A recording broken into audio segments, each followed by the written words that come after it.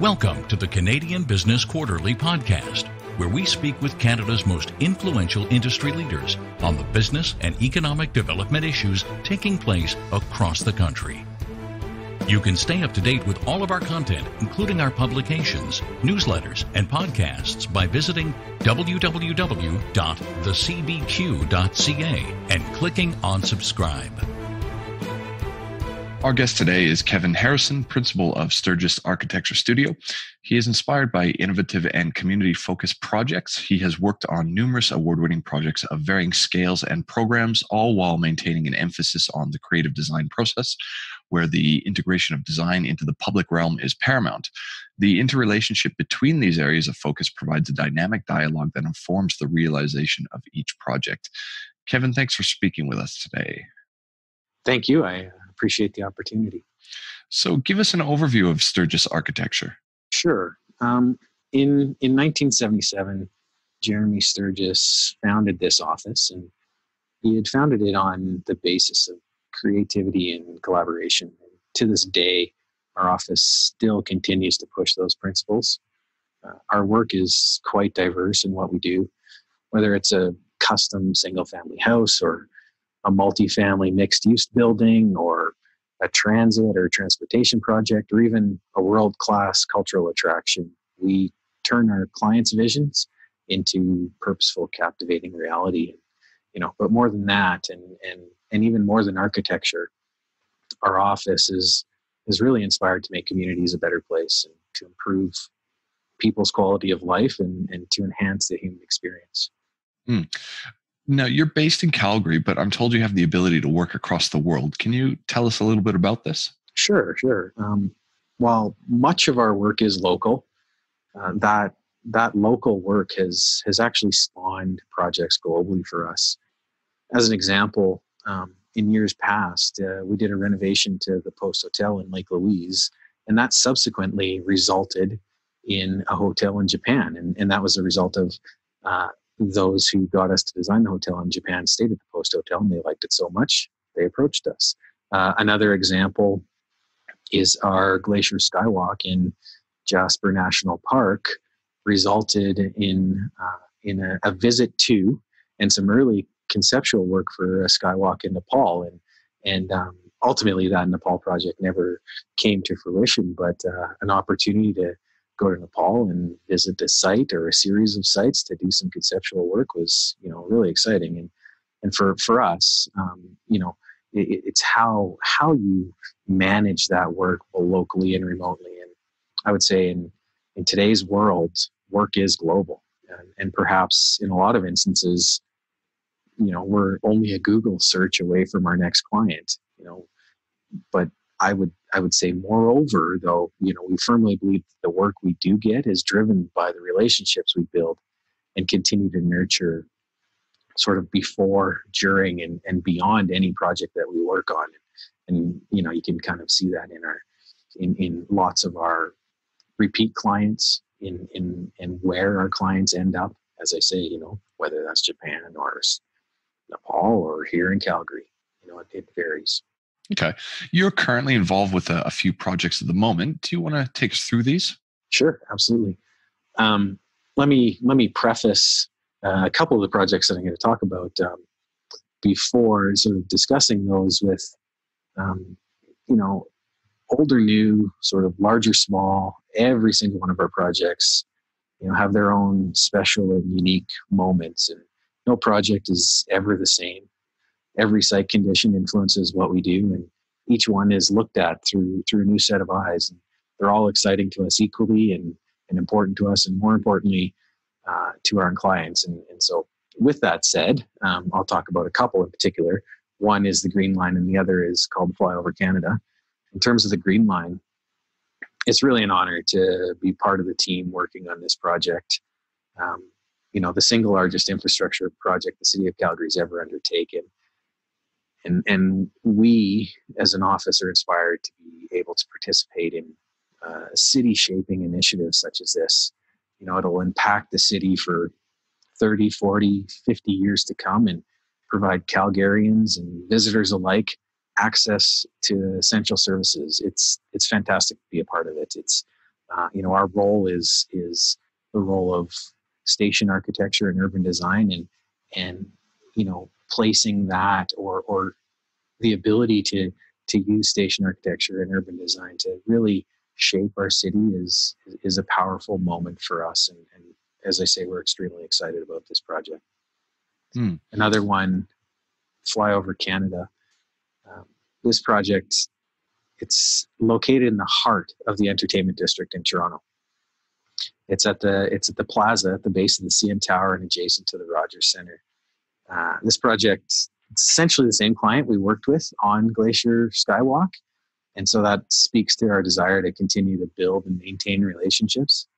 They came to us to design an iconic building that houses a flying theater and the Flyover Canada attraction and the Flyover Canada experience. And so every aspect of this project is driven by how we shape and enhance the user experience of the attraction. We're extremely excited with the projects that we have in the office and excited about what new opportunities might come our way. Earlier, you had talked about some of the projects that ended up bringing you international recognition as an architecture firm. Are any of these, I guess, the go-to project or the one that you're most commonly recognized for being involved with? Well, I would say, I mentioned it briefly, but perhaps our most globally recognized projects is probably Glacier Skywalk. We've received national and international recognition for it. And what I mean by that is a Governor General's Medal of Architecture, as well as a World Architecture Festival for that particular project. And so I would say most definitely that's recognizable globally. I think much of our local work is recognizable, and local meaning the kind of Calgary context. And, to name a few, that we're on the team that master planned and designed and executed all of the 7th Avenue LRT stations in Calgary. Okay. And we're also the team that master planned the bridges. And the bridges is the site of the former hospital site in Bridgeland. And that in itself actually ultimately spawned a series of additional projects within that community. And so, there is some both global and local recognition that I think from a public perspective we're recognized for, and then a couple projects in particular that are kind of near and dear to our heart, which perhaps maybe aren't so much on the global recognition stage, or are projects that have long gestation periods. In particular, a renovation to the historic art gallery of St. Albert, and another renovation to the old or historic Grand Theatre in Calgary. There's some real special moments to some of those projects that have our internal recognition, but moreover also some external and even potential global recognition.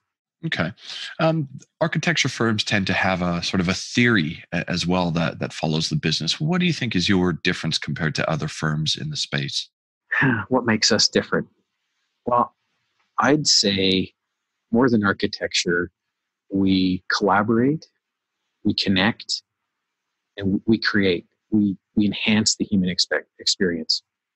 We have, as I said, the firm was founded in 1977, so we have 43 years of experience designing and executing projects to meet every client's needs. We believe implicitly in community and in buildings and in spaces that foster human interaction. Executing our clients' needs, our clients' vision in a thoughtful and creative way is paramount in what we do, and it's paramount in our success as well. As an outsider looking in, what are the issues or trends that are taking place currently, either within the Alberta or Canadian architecture space? Yeah, that's a hard one. Generally speaking, I'd say we're not typically ones to follow trends from an architecture industry perspective per se.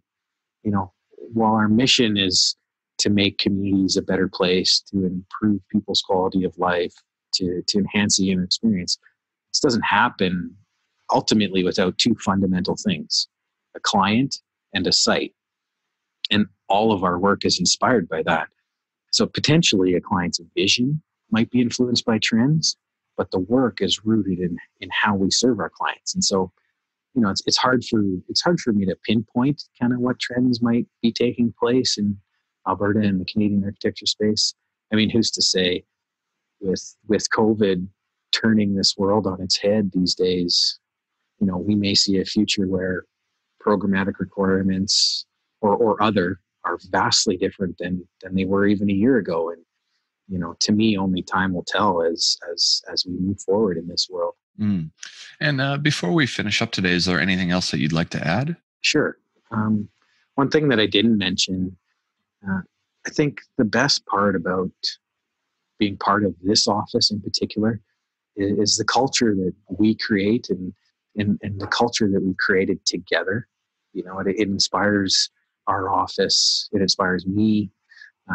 It supports how we drive and how we want to be here and better the work that we do, which I think is also why the office has had the longevity it's had. Our drive and passion for the work that we do is, I firmly believe, is seen in our projects and seen in the sort of design excellence that we strive to achieve. I often say we're a family, and I think that's a great thing, and I think it inspires us to do great things. For me, I live and breathe this, but a lot of who we are and what we do is driven by our ability to better what we do, and I really appreciate that from an office perspective and from a greater group perspective, because what we do is really much bigger than just architecture. We are city builders. We are city shapers. We are, as I say earlier, we're driven to enhance the human experience, and so it's something really important to this office. On a separate note, I just really want to thank the CBQ for the opportunity to share a little bit about who SA is and the opportunity to share a bit of our story. It's really appreciated.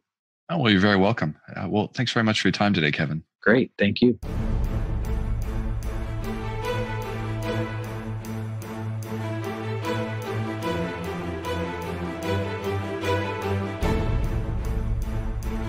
This has been a production of the Canadian Business Quarterly, a division of Romulus Rising Proprietary Limited. All rights reserved. You can stay up to date with the Canadian Business Quarterly, including our publications, newsletters, and podcasts by visiting www.thecbq.ca and clicking on subscribe.